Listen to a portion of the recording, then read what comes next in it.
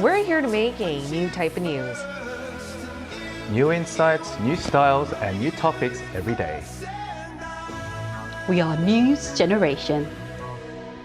Making news just for you. It's January 24th here in Seoul. I'm Shin Yeun, and you're watching News Generation. Joining me in the studio is Park Ki-hoon. Thanks for having me. And Kwon Ju-yeon. Morning. All right, now both are here to speak on behalf of people in their 20s and 30s. As usual, let's start with our news feed, which covers different hashtags and news items that have been trending on social media over the past 24 hours. Korea's average life expectancy is 73. This is 10 years younger than what the average Korean hopes to live until. Studies show the most effective way to prolong our lives is through exercising. One study conducted back in 2018 on 8,477 adults over the past 25 years found that at least 30 minutes of exercise per week could lengthen one's life. The study found the most effective exercise for prolonging one's life was tennis, then badminton, and soccer. Moving on, South Korea is the country with the highest plastic surgery rates per capita. That's according to the International Society of Aesthetic Plastic Surgery, which found 8.9 out of 1,000 Koreans had gone under the knife before. Statistics show how South Korea's plastic surgery market in 2018 surpassed $10.7 billion. Next in line were countries like Argentina, Brazil, and Colombia.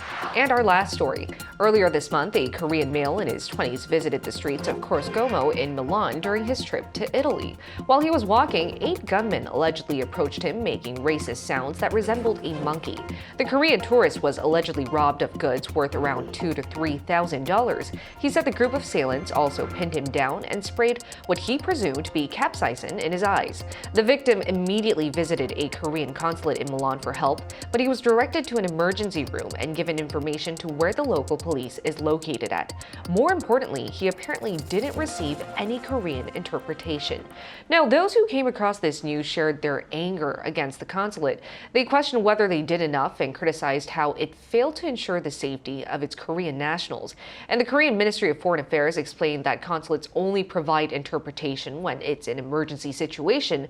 And the consulate also said that they did provide assistance and directed the victim to safety. They added that the Korean tourist failed to really request the provision of interpretation services or give the exact details about the assault at the time of reporting. So we're still seeing developments on this story, but in the meantime, here in the studio, what did you think about hearing the story? Well, it is indeed a distressing and unfortunate incident that highlights the challenges faced by tourists in foreign nations, especially when they encounter violence or racism. Personally, I did experience some racism when I was in the UK. I was only 5 years old, but I did know that I was being discriminated and I wanted some help from an agency, institution, or the government, but I couldn't receive any help. And in this situation, I do believe that, it shows a need for better understanding, better communication, and better support from the government. We have the right to be protected by the government. If not, are we in the reclusive state? Exactly. No. We're not. And especially whether we be in the same country or we be abroad, I do think it's up to the consulate to be protecting its nationals. Now, what were your thoughts on this story, Ki-hoon? It's a little sad to see racism happen in this day and age. And I have been a victim myself, just like Ju-yeon, a long time ago back in Australia. And to be honest, anyone can make racial remarks to anyone with a different ethnic background. And it is quite frustrating to see Asians being the main targets and being treated as minorities over others.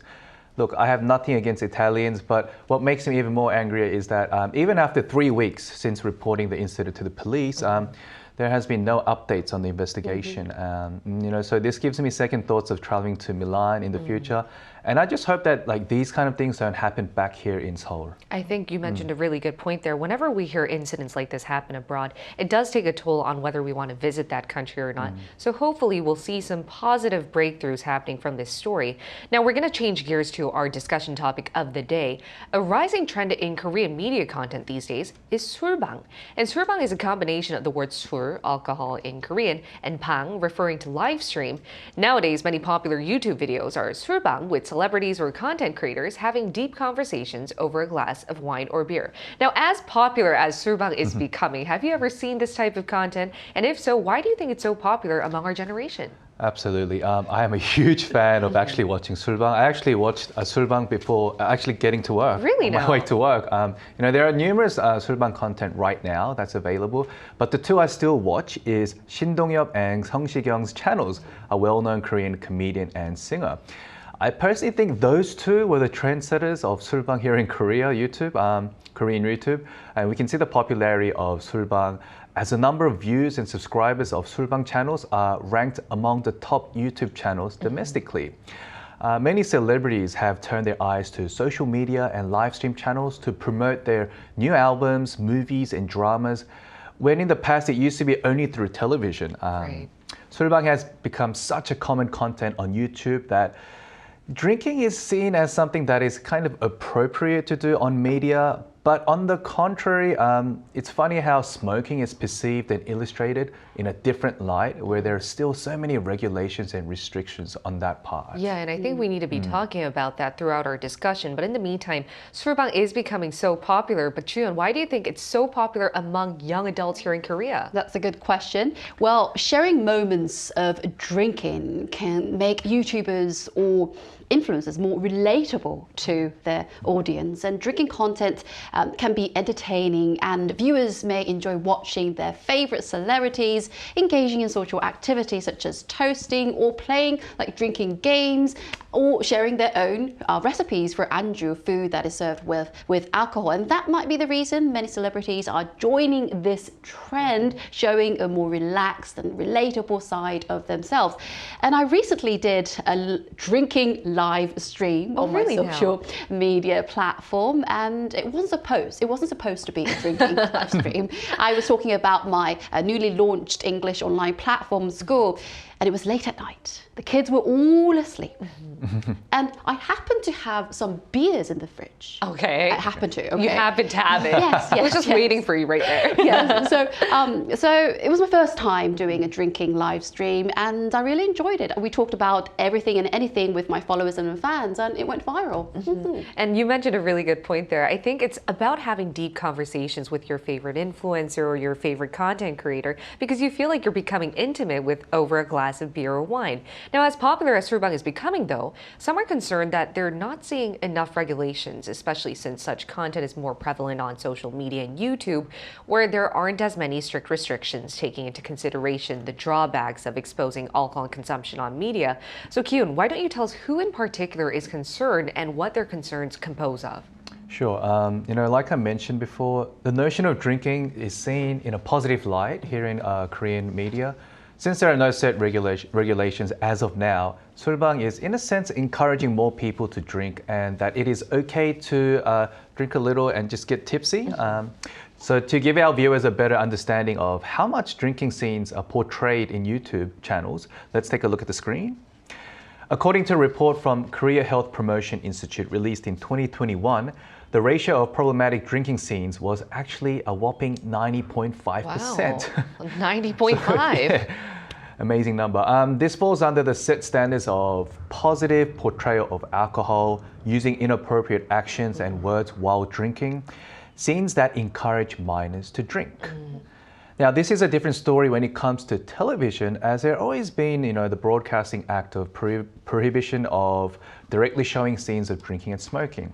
Now, as much as it's fun watching your favorite stars, get a little tipsy and show a more realistic, goofy, friendly, and even truthful side to them, there are concerns that these contents kind of convey that alcohol consumption is the norm, becoming the norm, and something that is kind of socially accepted at the same time. It's like a new entertainment Right. trend that a lot of people, even young viewers, might fall susceptible into. But what are some other concerns people have? Well, some former or current idol stars are actually creating these kind of contents through sulbang. Then who are the followers? Yes, they're fans, the followers. They are watching their own channel. Minors, especially teenagers, might copy what they see on social media. So if influencers, celebrities drink during their live stream, there is a high possibility that the underage viewers want to drink alcohol. Let's look at the increase in alcohol consumption among teenagers. In 2022, the youth drinking rate went up by 2.3% compared to 2021. And many minors would like to say this, 짠 마셔, which means cheers, Right. and drink up when they drink non-alcoholic beverages. And after watching those contents created by the influencers, or known as 초통령, or the president for the primary school students, they kept asking questions like this to their parents. Mummy, is alcohol tasty? Or Daddy, what happens to you if you get drunk? I can't imagine my kids asking those kind of questions to me in the future. But what if they actually did? Well, Mummy, what are you is it? drinking I will that makes you so I'll happy and teach them, different? wait until you are legally allowed. That is so true. And I think you mentioned a great point there. Now that we're seeing so much underage drinking, I don't think it's a coincidence. Ever since we've seen so much more of media exposing people, especially celebrities and idols that we respect, drinking, there does seem to be a correlation there. Now, in the meantime, we asked our viewers if they enjoy watching sulbang, and if so, why. Here's what 3 of them had to say. Take a look at the screen to find out. Let's start with Leon. Leon said, "As I'm not a drinker, watching someone else consume large amounts of alcohol is interesting to me. Also, there is a sense of community and belonging for viewers who feel isolated or lonely." User said, "I don't enjoy alcohol mukbang because it sometimes encourages people to drink too much. I'm against drinking alcohol. It should be discouraged like efforts taken to discourage smoking." MIMS said, "I feel like I can smell the reek of alcohol through the screen whenever I see clips of people drinking, and it makes me sick to my stomach." So though sulbang is popular, there are some downsides which our viewers gratefully mention, but also we are seeing this type of content go viral in other parts of the world. That's why we're going to hear what a TV producer from the States thinks about the rise of popularity in live stream content showing people drinking. We're going to do a live interview, so stay tuned.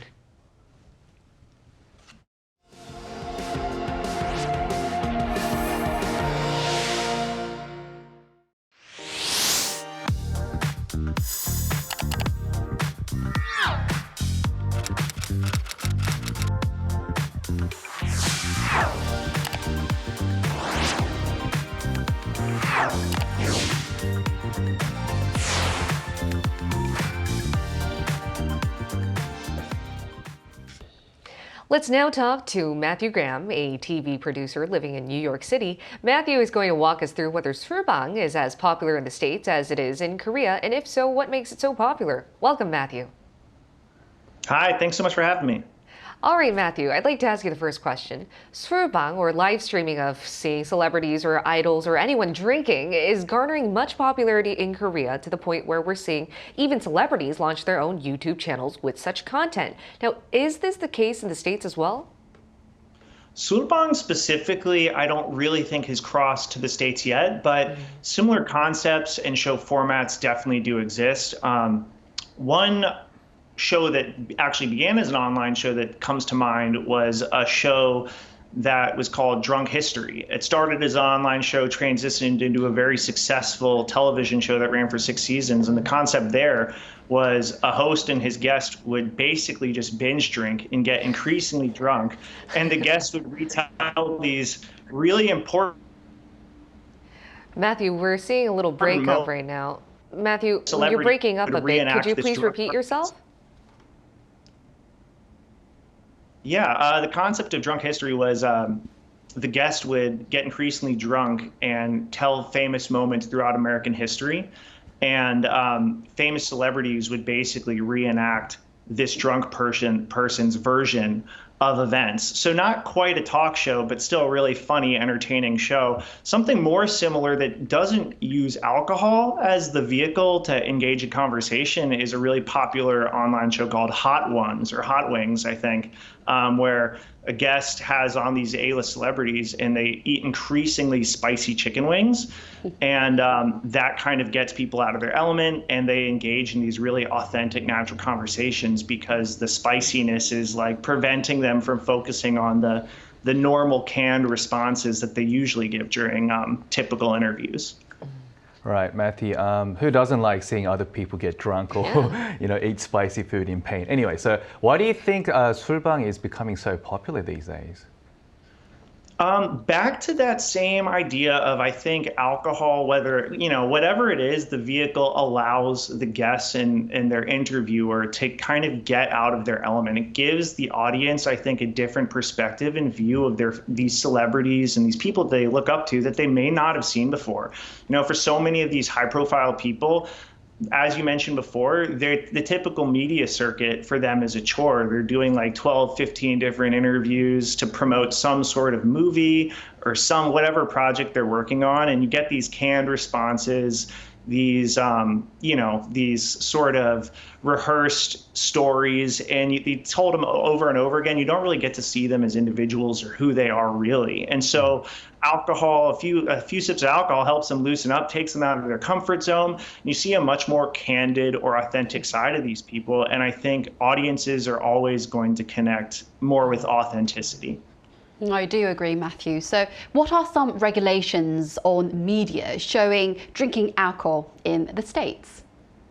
To be honest, I don't know that there are a ton of heavy regulations on drinking alcohol in the States. I was trying to look into this. I know for advertising purposes, if you're going to be advertising alcohol to purchase, the intended audience of an advertisement, a certain percentage has to be above the legal drinking age. Mm-hmm. But in terms of just showing alcohol consumption in terms of content, I don't know if there are a ton of heavy regulations. I mean, going back to that show Drunk History I talked about, that ran for 6 seasons, and these people would get very heavily drunk. So I definitely, I also agree that, the TV, there definitely should be regulations. I don't think it should be a free-for-all.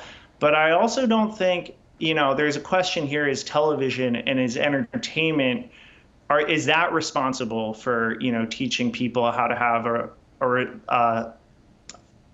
a responsible relationship with substances? Or is that something that's more the role of like family, education, the community? So, if we're relying on our entertainment to really teach us how to have these relationships, I think that's a whole nother conversation. And I think we might be that might be a bad place to begin. I think it should probably start at home.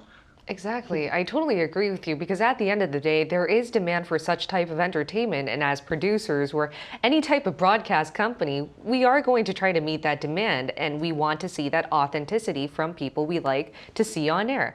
Thank you so much, Matthew. It was a pleasure talking to you today. Thanks for having me. Thank you. All right, moving forward though, would you guys like to see officials address any concerns related to sulbang? As Matthew just eloquently mentioned, I do think that there is an absence of a lot of regulations, but should it really be up to officials? If so, what type of regulations would you like to be seeing from now on? Honestly, I think drinking and smoking both have health drawbacks, and I cannot say which is less harmful, to be honest. I remember talking about the government's recent decision to raise cigarette prices to 10% every year to reduce the smoking rate among males. And I think officials should regulate both smoking and drinking with similar standards. And if sulbang continues to trend in YouTube and cannot be controlled right away, I also think that content creators and celebrities who appear on these channels should kind of act a bit more responsible and perhaps mention the downsides of drinking excessively. And I would just like to mention one more thing. I think it all comes down to the individual as well. Yeah. You should be responsible for all your actions in terms of whether it's smoking or drinking. Mm-hmm. When I first learned how to drink before turning, when I turned legal age, my dad actually taught me how to drink. And he would just tell me, in Korea, this is how you pour the drink, this is how you drink. If you do get drunk, it's the right way to say is this and that. Right. And he taught me the right manners to drink here in Korea. That's really norm here. It is. You learned the rules of the book here. Exactly. So I learned the right way, and it has helped me when I do socialize with my other friends, when I go outside and drink and party. So I think it's really important that you get educated from home. Yeah. That's where it starts. We can always blame the media for not controlling enough, not having enough regulations, but at the end of the day, if you are a parent, if you have a child, obviously, and if you're a drinker as well, you should teach them how to drink properly and responsibly. Not excessively. And I think you mentioned a great point there. I do think that media should have regulations, given that a lot of people watch it. But at the end of the day, it's up to the individual and their family to really facilitate healthy behavior coming from any type of behavior they might be seeing on media. Chuyeon, what are your thoughts on this? Well, the government finally, they took action last month, okay. Expanding from current 10 to 12 new guidelines in a revised version. 2 additional guidelines include warning messages should be used to inform about the harmful effects of alcohol consumption. And the last one is the contents that excessively emphasize the drinking should minimize the accessibility of the young children, the minors, teenagers, through age restrictions.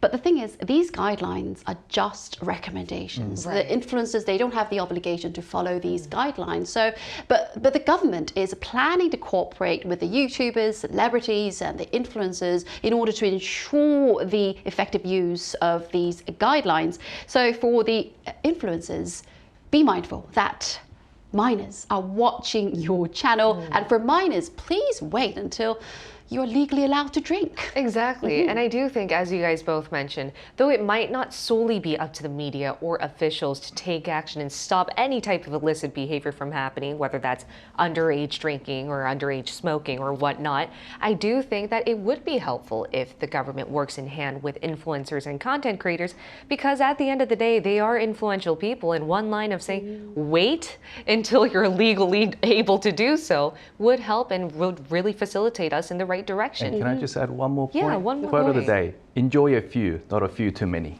That is a great way to end on. I always tell myself when I go out drinking, Enjoy a few, not a few too many. Not a few too many. Let's say that one more time. Enjoy a few and not a few too many. Exactly. It's gonna stick in my head soon. Now, in the meantime, we'll be here every day from 9:30 to 10 a.m. Korea time, bringing you more topics young people are talking about. Special thanks to Park Ki-hoon Always a pleasure. and Kwon Ju-hyun. Thank you for having me. All right, and thank you everyone for watching. We'll see you tomorrow. We are News Generation.